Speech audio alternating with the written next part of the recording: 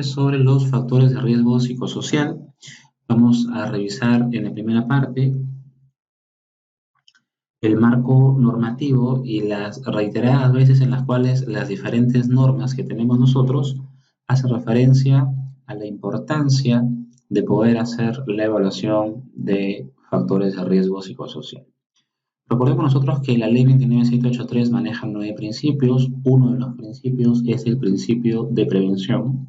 En el principio de prevención se establece que el empleador garantiza en el centro de trabajo el establecimiento de los medios y condiciones que protejan la vida de la persona, la salud y el bienestar de los trabajadores y de aquellos que, aún no teniendo un vínculo laboral, prestan servicios o se encuentran dentro del ámbito del centro de labores. Debemos considerar factores sociales, laborales y biológicos diferenciados en función del sexo, incorporando la dimensión de género en la evaluación y prevención de los riesgos de la salud laboral. Entonces, acá nos señala que la organización tiene que proteger la salud de la persona.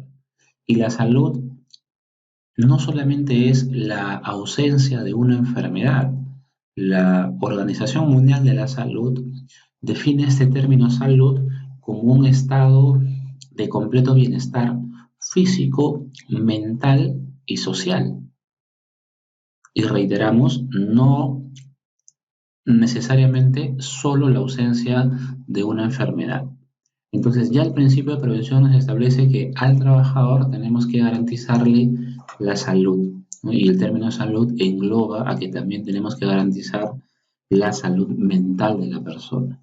Y eso es muy importante, poder interpretar un poco más aquello que de repente ya hemos visto, pero de repente no lo analizamos desde el punto de vista tan específico como ahora sí lo vamos a analizar. El principio de responsabilidad, recordemos, señala que la organización asume las implicancias económicas, legales y de cualquier otra índole a consecuencia de un accidente o enfermedad que sufre el trabajador en el desempeño de sus funciones o a consecuencia de él, conforme a las normas vigentes. Entonces, si no evaluamos los factores de riesgo psicosocial, ¿no? Y a consecuencia del estrés laboral, a consecuencia de esa carga tan alta de trabajo, el colaborador llega a accidentarse por no haber tomado las acciones correctivas, ¿no? La organización es la que va a asumir las implicancias económicas, ¿no? Ya sea si es obviamente a nivel de la misma organización por la afectación de un producto, o las implicancias legales, obviamente por la demanda que se pueda originar, dado que un trabajador que tenga un altísimo nivel de estrés y que a consecuencia de ese nivel de estrés se termina accidentando, obviamente pues la familia no se va a quedar tranquila y lo que va a tender a hacer es a denunciar al trabajador. Entonces es importante entender el principio de responsabilidad en el sentido de que el hecho de que no evaluemos los factores de riesgo psicosocial que están establecidos en el principio de prevención también nos van a traer una serie de consecuencias. Ya si hablamos de algo muy específico, podemos irnos al desarrollo de la misma Ley de Seguridad y Salud en el Trabajo. En el artículo 19 nos hablaba sobre la importancia de los trabajadores en el sistema de gestión de seguridad y salud en el trabajo, trabajando con ellos la consulta, información y capacitación en todos los aspectos de la seguridad y salud en el trabajo. Y volvemos a mencionar constantemente la palabra salud, ¿no? Recordemos que la orientación del sistema de gestión es prevenir accidentes y prevenir algún tipo de enfermedad, seguridad y salud, pero la palabra salud no lo habíamos mencionado o no lo habíamos dado un contexto tan amplio, ¿no? Al inicio, desde el punto de vista de higiene, nos referíamos al inicio en salud referidos a la ausencia de enfermedades, pero ya estamos viendo que la palabra salud también hace un equilibrio no solamente en la ausencia de enfermedades, sino también en el bienestar mental de la persona. Y ahí la importancia de poder ahora reformular aquellos lineamientos que hemos dado y poder analizarlos un poquito más de acorde, obviamente, al tema que estamos desarrollando. También es importante la participación de los trabajadores, y acá voy a ir al punto de a la identificación de los peligros y la evaluación de los riesgos al interior de cada unidad empresarial y en la elaboración de los mapas de riesgo. Los factores de riesgo psicosocial laboral, ¿no? Son considerados también dentro del IPC, tienen que estar considerados dentro del IPC. ¿Por qué? Porque esos factores de riesgo psicosocial se van a traducir ¿en qué? Se van a traducir en un estrés laboral y ese estrés laboral nos puede traer consecuencias. Pero a veces solamente dedicamos al IPRC a revisar condiciones inseguras y nos olvidamos muchísimas veces de poder enfocar el sistema de gestión también desde el punto de vista humano, sobre todo con el trabajador. Es importantísimo que nosotros nos acerquemos a los trabajadores para poder generar confianza, para poder generar apertura, para poder tener ese lazo que obviamente se tiene que manejar con respeto, pero que muchas veces es necesario para poder darle el enfoque tan humano que realmente necesita la gestión de seguridad y salud del trabajo. Recordemos que nosotros no gestionamos máquinas, no gestionamos netamente procesos, nosotros gestionamos a las personas e implementamos el sistema de gestión enfocados en darles el mejor confort dentro de sus actividades de trabajo. Como vamos a trabajar los factores de riesgo psicosocial en nuestra matriz IPRC, en el artículo 50 nos señala las medidas de prevención que son facultades del empleador, la de gestionar precisamente esos riesgos que me va a generar, ¿no? Los factores de riesgo psicosocial, como pueden ser el estrés, tenemos que gestionarlos sin ningún tipo de excepción. La orientación siempre va a ser ¿cuál? Poder eliminar esos factores de riesgo psicosocial. Y si es que no lo podemos eliminar, poder reducirlos al máximo. Para eso, obviamente, estableceremos planes de acción que nos permitan darle al trabajador un ambiente laboral, ¿no?, sano desde el punto de vista sociolaboral. ¿Qué más podemos hablar? Bueno, esta parte hablaba sobre la famosa jerarquía de controles, ¿no?, que también puede ser aplicada a los factores de riesgo psicosocial.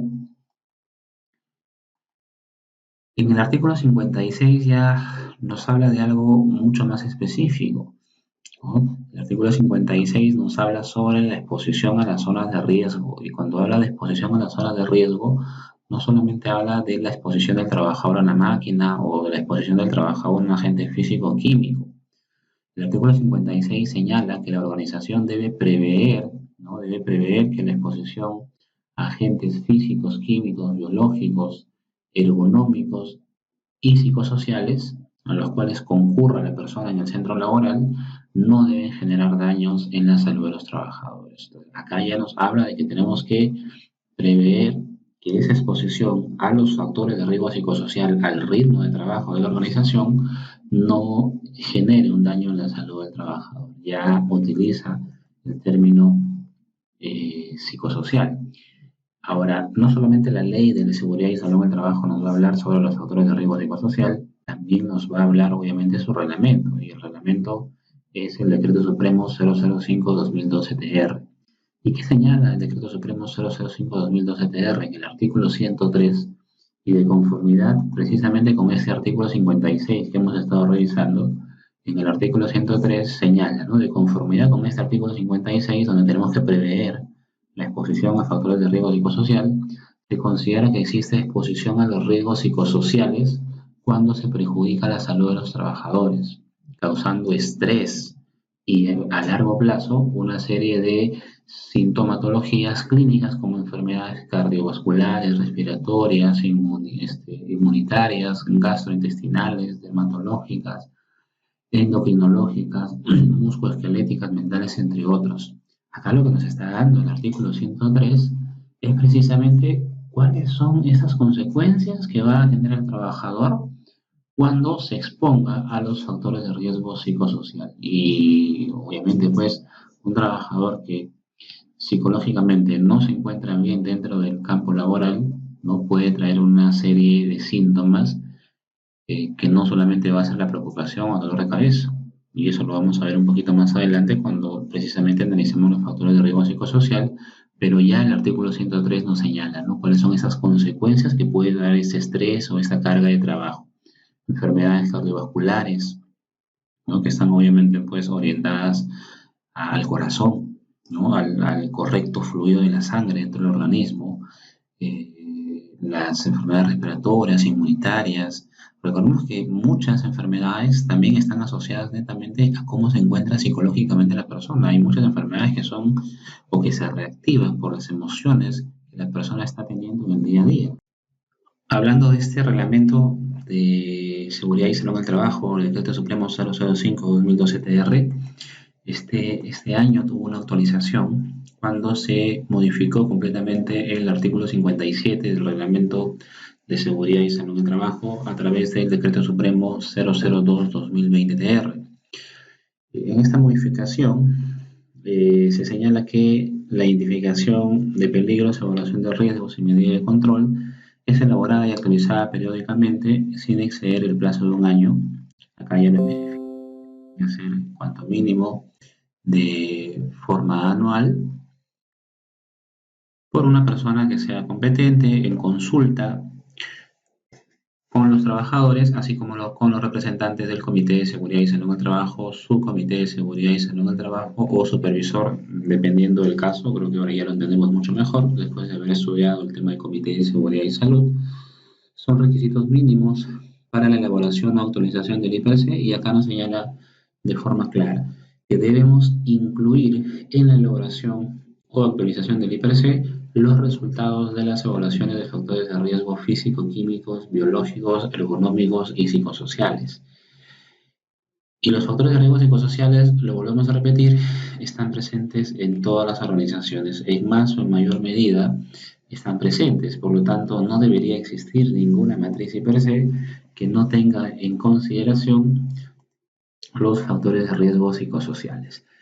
Esta terminología de los factores de riesgo psicosociales y todo el contexto que vamos a estudiar también está citada en la Resolución Ministerial 375-2008-TR, la famosa norma básica y procedimientos de evaluación de riesgos ergonómicos. En esa norma básica de ergonomía, en el punto 3.7, nos define los factores de riesgo biopsicosociales, ¿no? Que tienen un contexto paralelo a lo que son los factores de riesgo psicosociales, le da una visión un poco más general al aspecto biológico de la persona y la relación del aspecto biológico personal con el análisis psicosocial.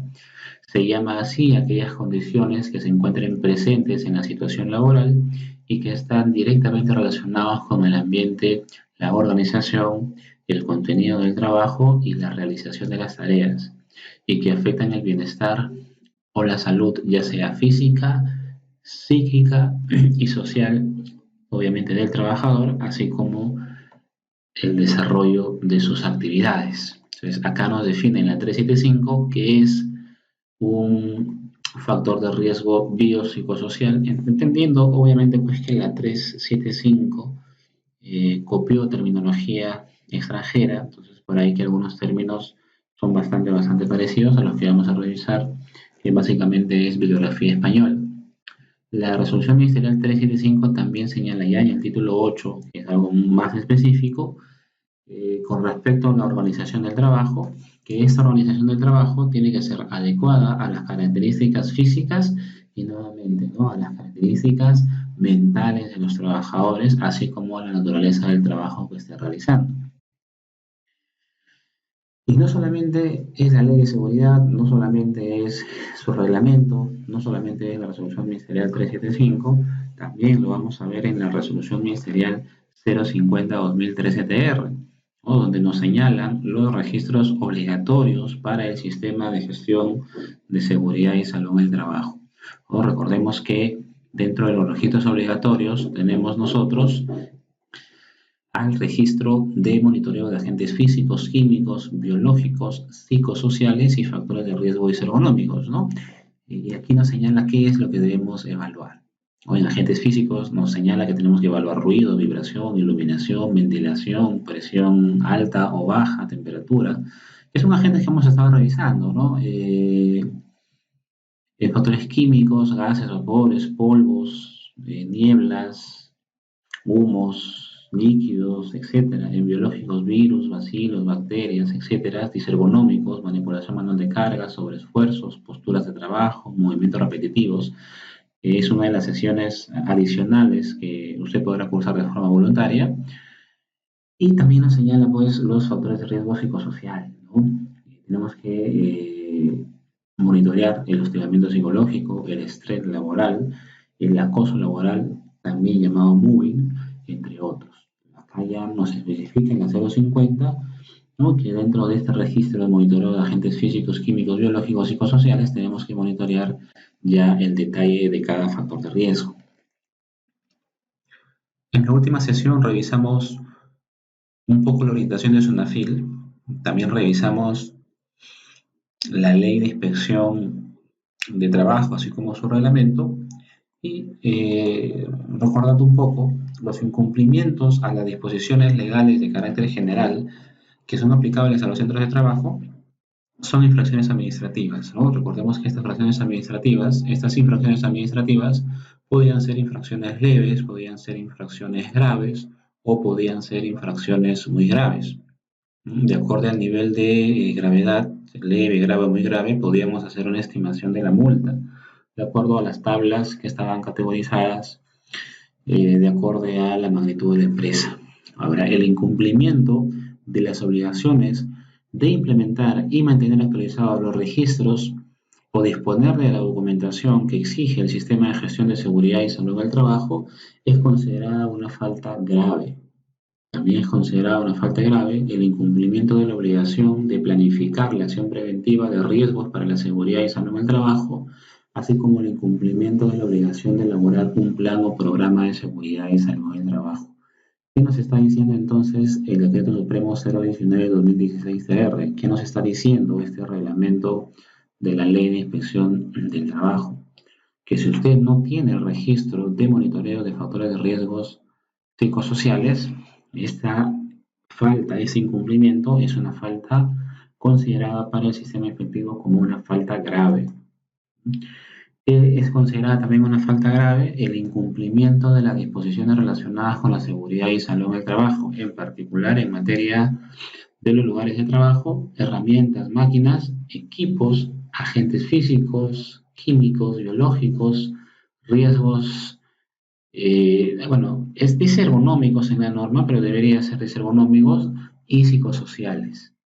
Eso también es considerado una falta grave. Tener en consideración que el hecho de hacer un monitoreo, pero no tomar un plan de acción, no tener un programa, es considerado también una falta grave. Usted puede hacer monitoreo, pero no significa que termine ahí, ¿no? Muy por el contrario, el monitoreo lo que nos va a dar de cosa es, nos va a dar el nivel de riesgo y nos va a proponer los controles. Entonces hay que hacer un plan, hay que hacer un programa para poder controlar, mitigar y, si es posible, eliminar los factores de riesgo psicosocial. ¿Qué es considerado para la Ley de Inspección del Trabajo y su reglamento una infracción muy grave? El incumplimiento de una norma en materia de seguridad y salud en el trabajo que ocasiona un accidente de trabajo que pueda producir la muerte en el trabajador o cause un daño en el cuerpo o en la salud del trabajador que requiera la asistencia o descanso médico conforme al certificado o informe médico legal. El incumplimiento de la norma como tal es una falta grave, pero si ese incumplimiento de no hacer elaboración de riesgos psicosociales, a ese incumplimiento se le suma que como consecuencia de un estrés laboral al trabajador, como consecuencia del muy al trabajador, el trabajador sufre algún daño, ya la falta ya no es considerada una falta grave, sino que la falta ya viene a ser considerada una falta muy grave. Muy importante tomar en cuenta esto. Esto nos va a servir de sustento ¿para qué? Para poder sustentar ante la gerencia la aplicabilidad de este monitoreo, porque muchas veces la gerencia que dice, oye, pero ese informe de monitoreo psicosocial será importante, mejor no hay que hacerlo, hay que hacerlo de físico, lo de ruido de repente, ¿no? No, eso también es tan importante como los agentes físicos o los agentes químicos. O sea, consecuencia, vuelvo a repetir, que el trabajador llegase a accidentarse como consecuencia de no haber tratado un factor de riesgo psicosocial, ya el incumplimiento pasa a ser una falta muy grave. Y si esa falta muy grave afecta a una gran cantidad de trabajadores, ya sabemos que a mayor gravedad de la falta, y que ya es muy grave, y a un gran número de trabajadores, la multa es mucho mayor, ¿no? Entonces hay que tener en consideración eso también.